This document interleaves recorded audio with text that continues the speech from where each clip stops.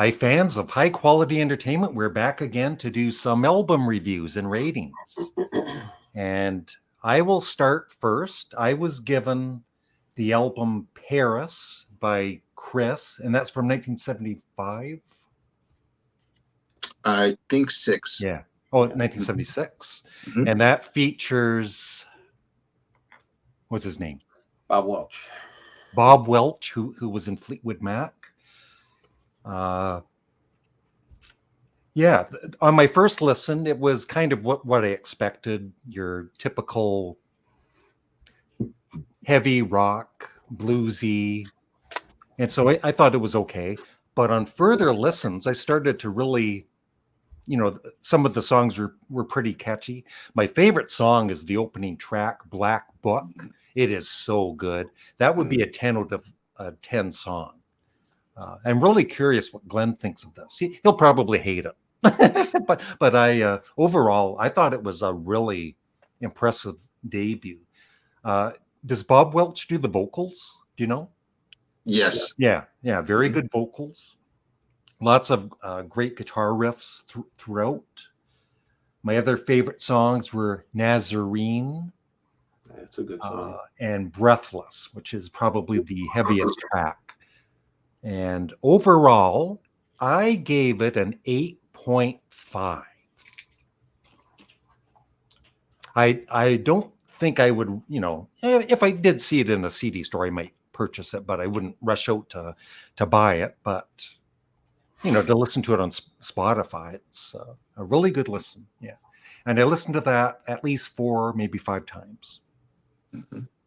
Okay. And then I took Steve's Golden Earrings, their debut album from 1965, without Barry Hay, the main singer throughout the years.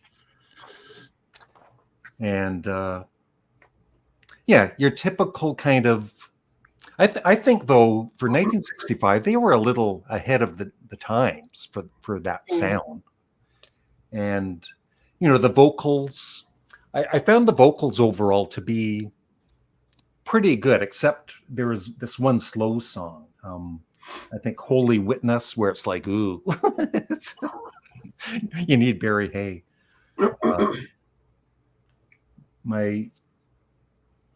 I Am a Fool. That is a great song. Is that a cover version? Because it sounds familiar. I think they wrote everything on there. Yeah. Let me double check.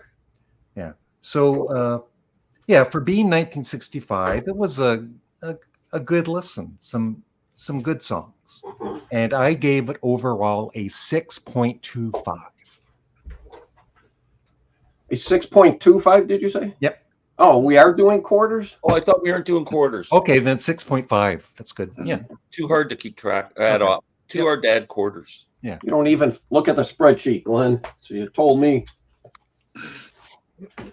All right, let's see. Yes, they wrote. Which song did you say, Larry?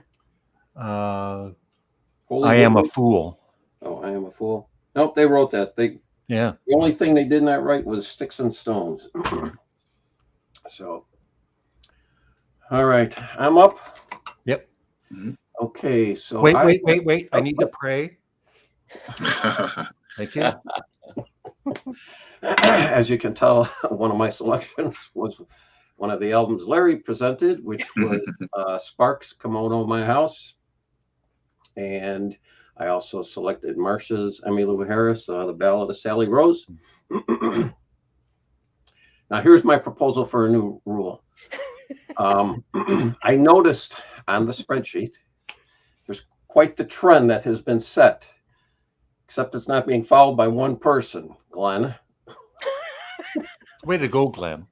You are the only person not to have selected an album from me. Oh, wow. Okay. Yeah, and you're everybody else has complaining. picked albums from everybody Well, else. I'm going to throw it back at you, Steve. Why don't you propose something interesting? Okay. we're gonna call that the Glenn Calloway rule from now on. I'm sorry about that. That's not intentional. At least once a quarter, you have to pick one of my albums, Glenn. That was not intentional, my friend. Okay. I'll start with Larry's first. Gotta get something. All right. as I normally do, once we finish recording, I'll normally just sit down at the computer. I have double screen, so I pull up the video, YouTube video on one screen. The other one, I pull up the lyrics. So I'm sitting here listening to Kimono My House. And my wife, I'm like on the second song, my wife walks in here and excuse me, she got a needle on thread and she says, I'm having trouble getting this. Can you do this for me? So as I'm doing that, the music's playing, and I said to her, I said, this was Larry's selection that I chose. I said, I came across them like in '74 on Midnight Special, but I never got into them. And she says, well, do me a favor, hurry up and thread that needle so I can get out of here. I love Mrs. Steve.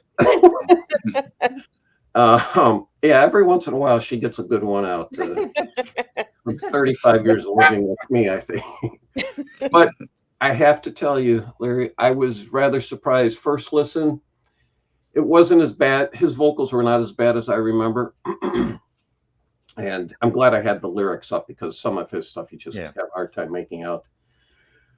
And I played it 5 times, and each time I liked it more. In fact, like second or third listen, I started hearing like a combination of 10cc and City Boy. I hear a lot of that in the music. In fact, there's one song in there. You picture the song by 10cc, Life is a Minestrone. Yeah. When I'm hearing the one song, I'm actually got that in the back of my mind. I'm singing along to that. So actually, I gave Sparks a 7.5. Wow, that's pretty good. Not an 8. 8, I would have bought it, but I also kind of questioned myself. I thought, if I had come across it at the record collector show yesterday, would I have bought it? I don't know, but I didn't come across it. So maybe over time, I'll probably listen to it again online. And if I think it's worthy, I will buy it. Cool. So actually going into it, no way did I think you were getting a 7.5. Next up then, I chose Marsha's Emmylou Harris album, The Ballad of Sally Rose. Marsha sent me a thing too, a whole story about it, which was very helpful. No denying the woman has a beautiful voice. But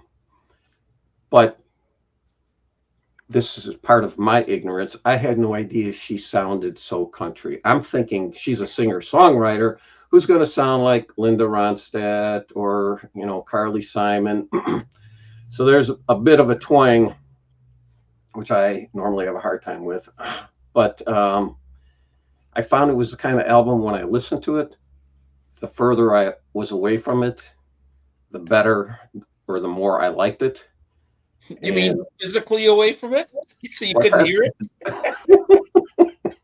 And I listened to this 5 times also. I love the fact that, it was a woman doing a concept album. That's what intrigued me about it in the first place.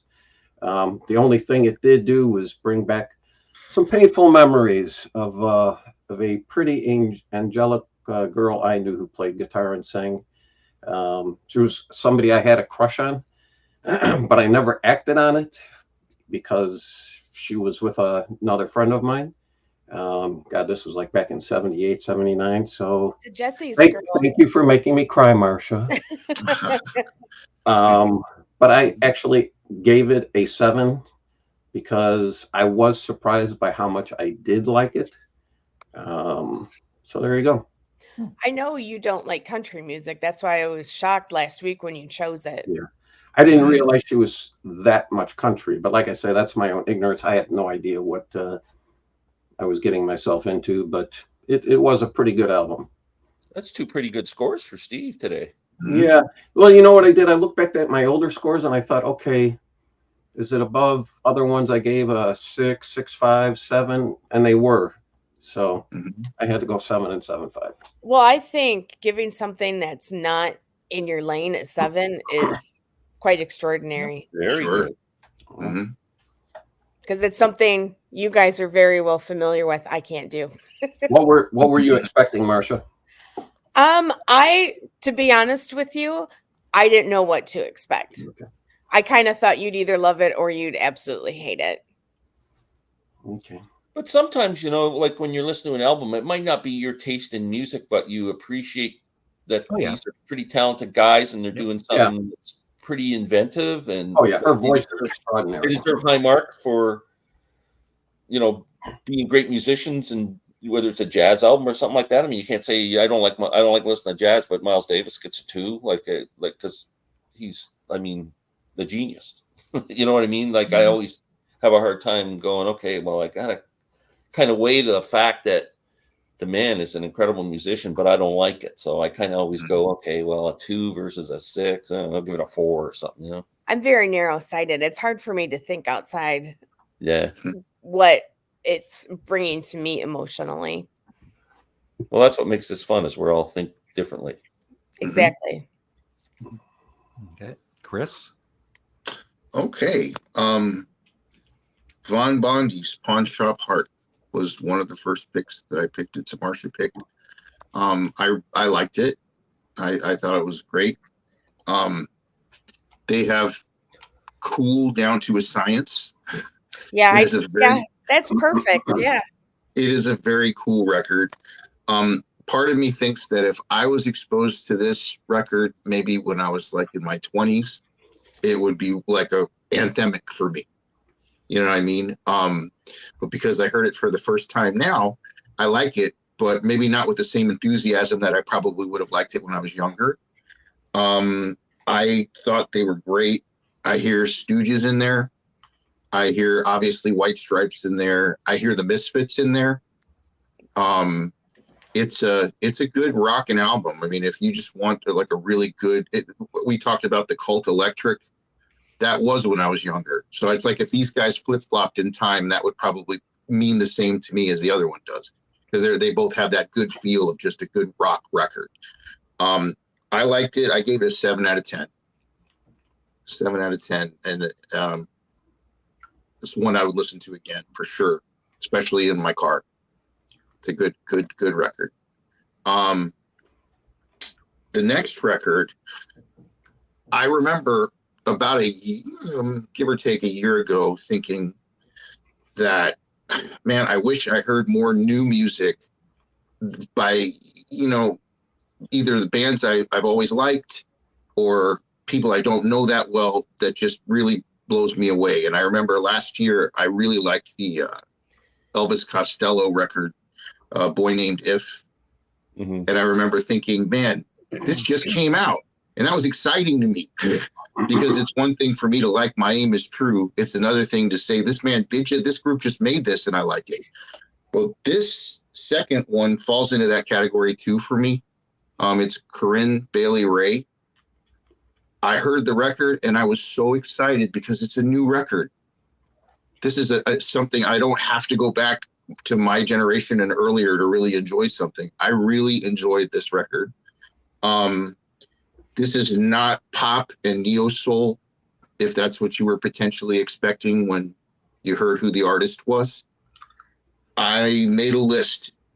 I hear in this record Rotary Connection, Bad Brains, Brian Eno, Miles Davis, William Orbit, Dinah Washington, Yusef Lateef, and Black Flag. Wow. And I'm not kidding, because it's that all across the board. Mm-hmm. You hear, especially on the hard songs, and then I read that when she first started, she was in a punk band, which immediately made sense to me after I heard this record. This isn't the, put your records on type song that you were probably used to hearing before, which is fine. I like that too. But this is like completely, it's all over the board. She's just like an unapologetic artist at this point, and I'm impressed by that. I gave it a strong 8 out of 10. Wow, awesome. Very I call good it record. schizophrenic. It's a very schizophrenic record. Yeah, but it's real. I mean, that's what I get out of it, is that this was a statement. It wasn't just we need another record companies. We need another album. Yeah, It wasn't like that. This came from the gut. yeah. Oh, that's awesome. All right. Marcia. All right. First up, I listened to the Pretenders Learning to Crawl. And this is an album I own it. I didn't go out and buy it. But I don't listen to this very often. And I don't know why, because this is a fantastic record. You know, I'm looking at the track list and it's got Middle of the Road, Back on the Chain Gang, A Thin Line Between Love and Hate, My City Was Gone, 2,000 Miles. Those are all sort of classic rock staples. And that's probably why I don't pull this out as much as I should. Middle of the Road is a fantastic way to open an album, and 2,000 Miles is a great way to close an album with this great Christmas song. I'm not the biggest fan of Time of the Avenger and I Hurt You. Those I think are the weakest tracks, but this is an 8. This is an 8 out of 10. And that she did this after losing 2 members should actually bring it up to a 10 out of 10, that she could pull something out so good. She's just incredible. Yep. I have to listen to this more often. Did you ever hear the story of the drum intro to Middle of the Road? No, It's just really briefly. She was trying to get Martin Chambers to do something just different and memorable. And so she kept telling him that everything he was doing, that she didn't like it. And he was getting more and more frustrated. And when you hear that intro, you can hear how mad he was at that point. And that's the take they used. That's cool. Now, when you hear the song again, listen to it like that way, and it'll totally make sense. I love that. It's funny, eh? it's such an incredible album opener. It's so good. Yeah, it is. It's really good. And that's just like I said, half of that record you hear on the radio on the regular. It's obviously why I don't pull it out as much as I should. And I'm just checking my notes to see if there's anything else I wanted to add. Yeah, and I mean, I have nothing else I need to add. It's really an incredible record. The only thing with it is I hear these songs on the radio now, but I don't remember hearing them so much in 84. And I think it's just because pop music was like at its zenith in 84. There was so much good music to choose from that I think maybe this record was, at least in my circles, when I was, 13 years old in 1984, this wasn't so much on my radar, like Madonna and Prince and Cyndi Lauper. But I know I picked this up sometime when I was in high school, so it didn't take me that long to get into it. My next record, I give it an 8. I give it a pleasure principle. It's great. The next one is Paris, and after a long discussion with Alex in Beer and Vinyl, I'm going to try to say what I like about the record.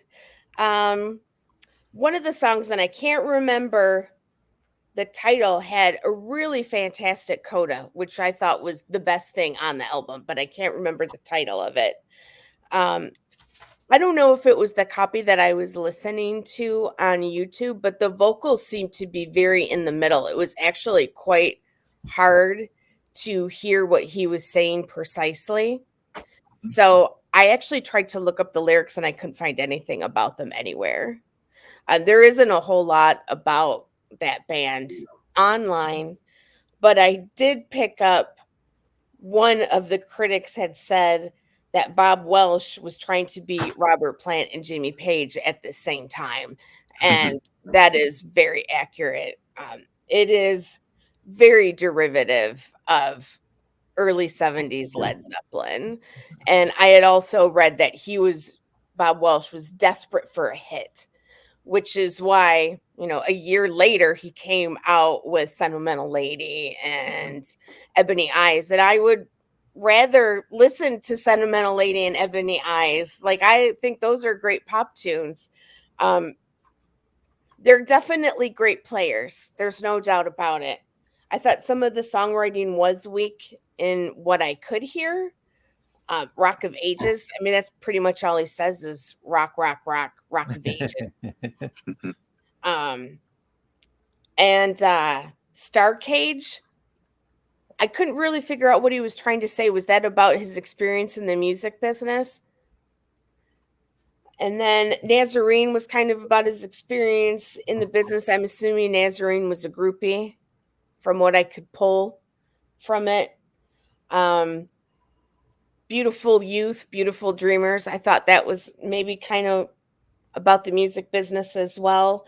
But again, only because I didn't pick up anything original happening, I gotta give it a 3. Sorry, it's a 3 on the Marcia scale. That doesn't mean.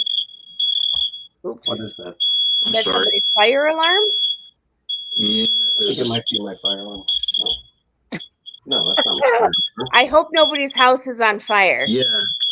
Steve's gonna run at the door any That second. is my main concern.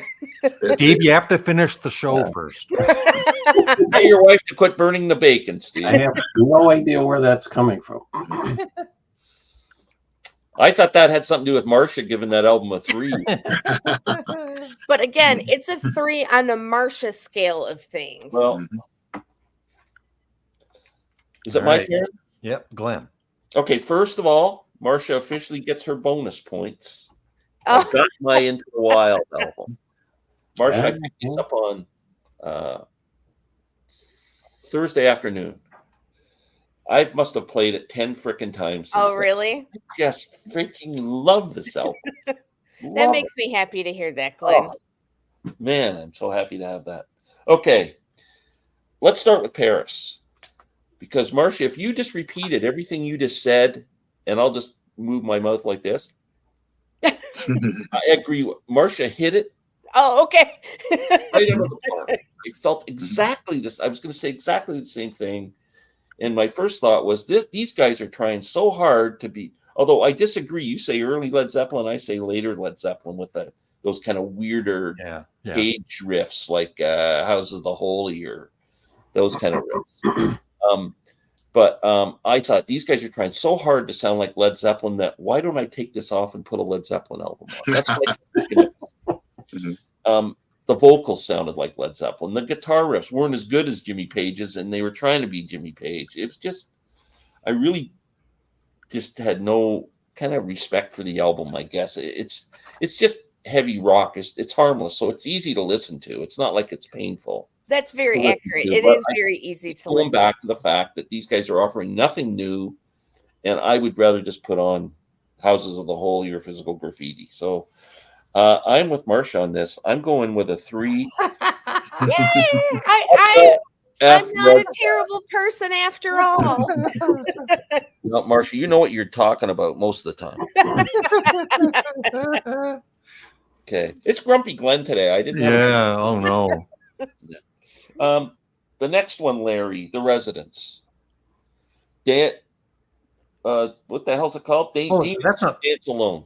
Oh yeah, that's right. I got the wrong cover here. Yeah. Yeah, Demons Dance Alone. So I'm not quite sure if there was a concept to this or not, because it starts off talking. There's 4 parts, and at the start of every part, there's a spoken word when they're talking with some guy. I was lost right from the beginning. I didn't. I don't care. know what the hell that is. Yeah. So right away, I'm just going, I don't know what they're getting at. And I think this album, I get the feeling they were trying to do something like Marcia said with Paris, like Bob Welch needed a hit record. I get the feeling the Residents were trying to be a bit more mainstream with this, a little bit. It's not as wacky as Duckstaff. Yeah.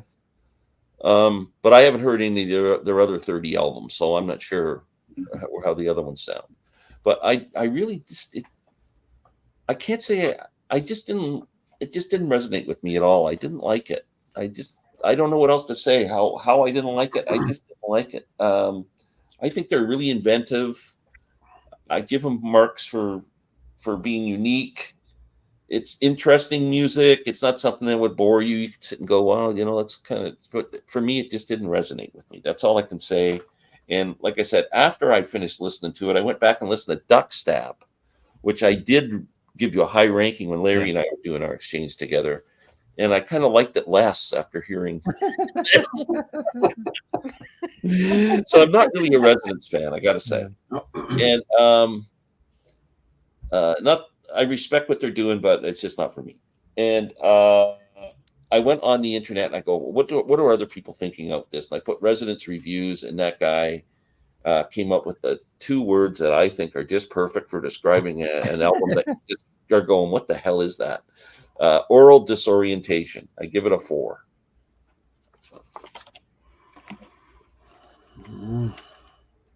Well, Glenn, thank you for being part of our team. Next time, there's going to be a new member. Now, Steve, for God's sakes, can you give us a good album to choose from? Yes. So, Yeah. yeah, that's it for. So we'll be back.